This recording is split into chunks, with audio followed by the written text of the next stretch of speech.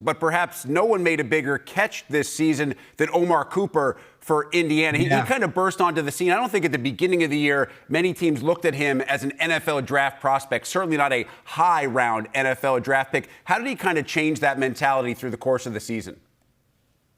Yeah, Cooper's an interesting guy. I mean, he ran a limited number of routes because of the nature of that pass game at Indiana.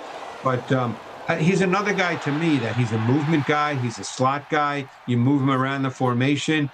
His run after catch traits are really strong, maybe as strong as any receiver in this draft. So you want to get him the ball in space. You want to get him the ball where he has room to run after the catch because he's really, really good at that.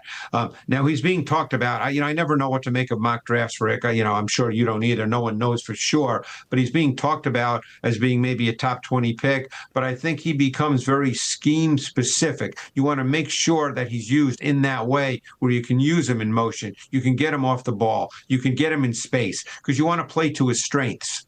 It's a very good point. I think it probably applies as well to one of his defensive teammates, D'Angelo Pons, a lockdown cover corner, but there are going to be concerns about any corner at that size in the NFL. How legitimate are those concerns when you compare them with Pons' athletic ability?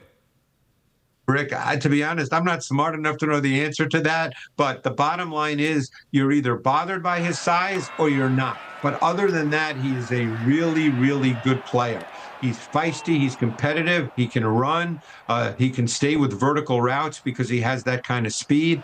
The only thing is how you feel about the fact that he's less than 5'9". Now, there are corners in the NFL, like a DJ Reed has played in the NFL at outside corner for years. He's 5'9", but Pons is a really, really good player. You just have to decide, and that'll be big discussion about him in draft meetings leading up to Thursday, and I'm sure the draft meetings are done, but as to what he is. Can he play outside in the NFL and match up to the Justin Jeffersons, the 6'2" receivers, the guys that are big and physical? So that's the only question, because other than that, you're talking about a really good player.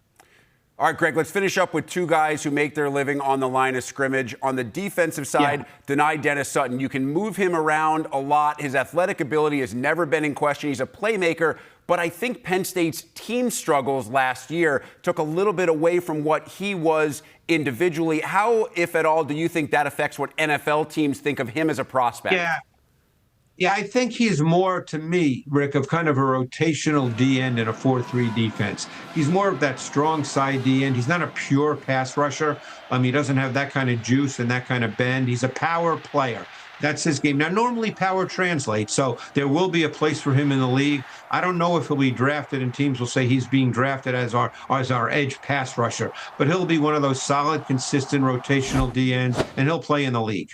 Lastly, on the offensive line, when we talk O-line, at least in this league, we usually start with Iowa, and that's where we find Jennings Dunker. He heads into the draft without question having the best hair of any NFL draft prospect, but that's not necessarily going to affect where he's taken in the draft. What do you think of him as a perhaps plug-and-play offensive lineman coming out of Iowa City?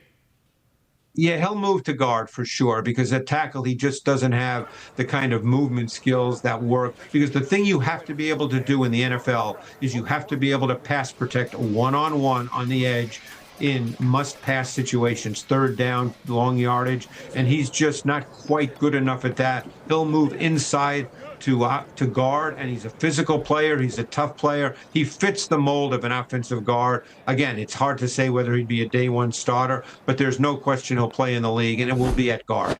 And certainly that history that Kirk Ferentz has in producing NFL offensive linemen will never hurt. Greg Cosell, fantastic stuff as we get ready for Thursday's NFL draft. Know how busy you are this time of the year, so we really appreciate you making some time for us. Oh, Rick, it's always great to be with you. Us NESCAC guys have to stay together. Well said, my friend. Well said.